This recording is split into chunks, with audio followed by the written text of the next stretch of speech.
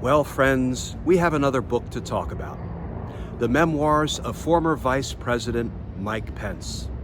And based on some new reporting today, it looks like in his book, Mike Pence reveals that he chose to conceal some of the crimes of former President Donald Trump. Let's talk about that, because justice matters.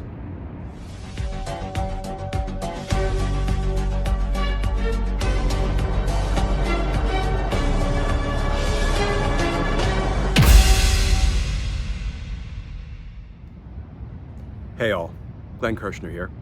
No, I'm not in my studio today. As you can see, I'm in beautiful downtown Washington, D.C., at one of my favorite spots here, the Law Enforcement Memorial, which is pretty awe-inspiring and I think appropriate for the topic of this video, because former Vice President Mike Pence has written his own book now, ready to profit off his public service. And some of what's being reported today by the New York Times includes that Mike Pence chose to conceal the fact that Donald Trump was pressuring him, placing enormous pressure on him to do something that was criminal, that was unconstitutional, refused to certify President Joe Biden's win. Let's turn to the reporting first. This from the New York Times. Headline: in a new book, Pence reflects on Trump and January 6th. Quote, "You're too honest," close quote.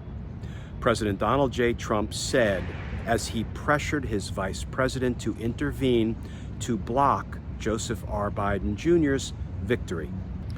And that article begins, former President Donald J. Trump told Mike Pence that he was too honest when he balked at the idea he could unilaterally sway the outcome of the 2020 election as Mr. Trump mounted an intense pressure campaign to bend Mr. Pence to his will, the former vice president writes in his upcoming memoir.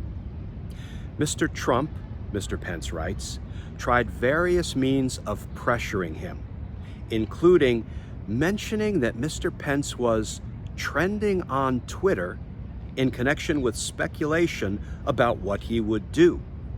Quote, "If you want to be popular," Mr. Trump said, suggesting that he should not take part in the certification at all, quote, "don't do it." Mr. Pence describes in the book how Mr. Trump worked with the conservative lawyer John Eastman to press him into doing something that the vice president was clear that he could not and would not do. He writes that on the morning of January 6th, Mr. Trump twisted the knife again in a phone call. Quote, "You'll go down as a wimp," the president told the vice president. "If you do that, I made a big mistake 5 years ago." Okay, can I add a little bit of fiction to Mike Pence's memoir? You know, the next paragraph should probably read something like, "So then I, the Vice President of the United States, promptly reported Donald Trump's crimes to the appropriate law enforcement authority.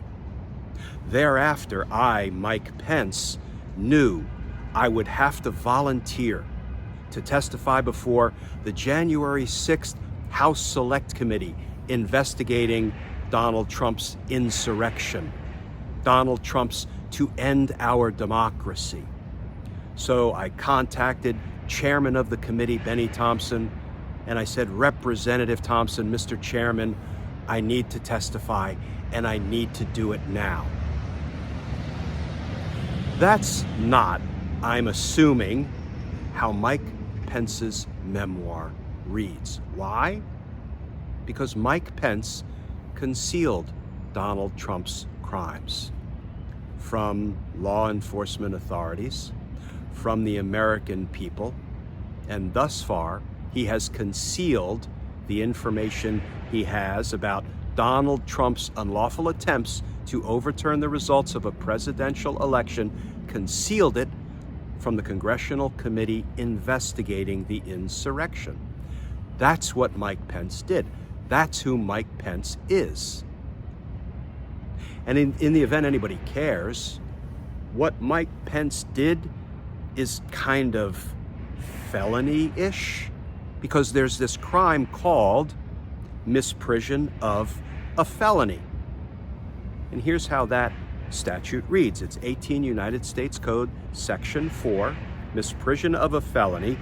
Whoever, having knowledge of the actual commission of a felony cognizable by a court of the United States, conceals and does not as soon as possible make known the same to some judge or other person in civil or military authority under the United States shall be fined under this title or imprisoned not more than 3 years or both. So that's what Mike Pence did. Conceal and did not as soon as possible report Donald Trump's crimes to a judge or other civil or military law enforcement authority. To the extent anybody still cares, that's a crime. And that's why I think we need to pursue a campaign that I've talked about before, involving a renaissance of ethics in government, a resurgence of ethics in government. And friends, there are ways we can do it. And I'm going to ask for your help.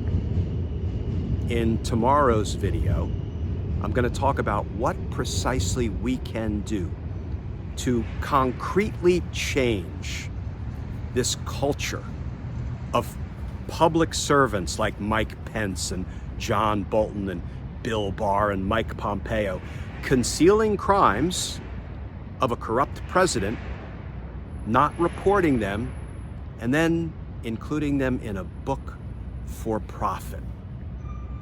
There's something we can do concretely to change it. And I'm going to talk about that in tomorrow's video.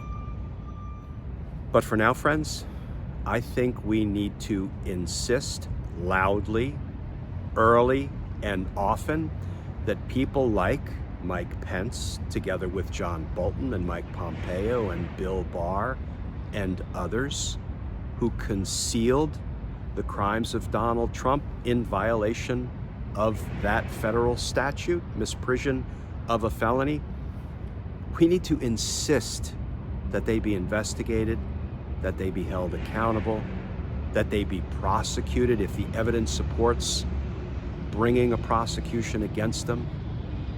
Because if we don't, we just continue to be lost in this vast, unethical wasteland that pretty much sums up the Trump years.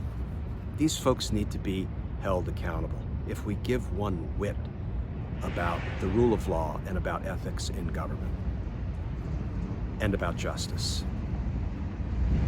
Because justice matters. Friends, as always, please stay safe, please stay tuned, and I look forward to talking with you all again tomorrow.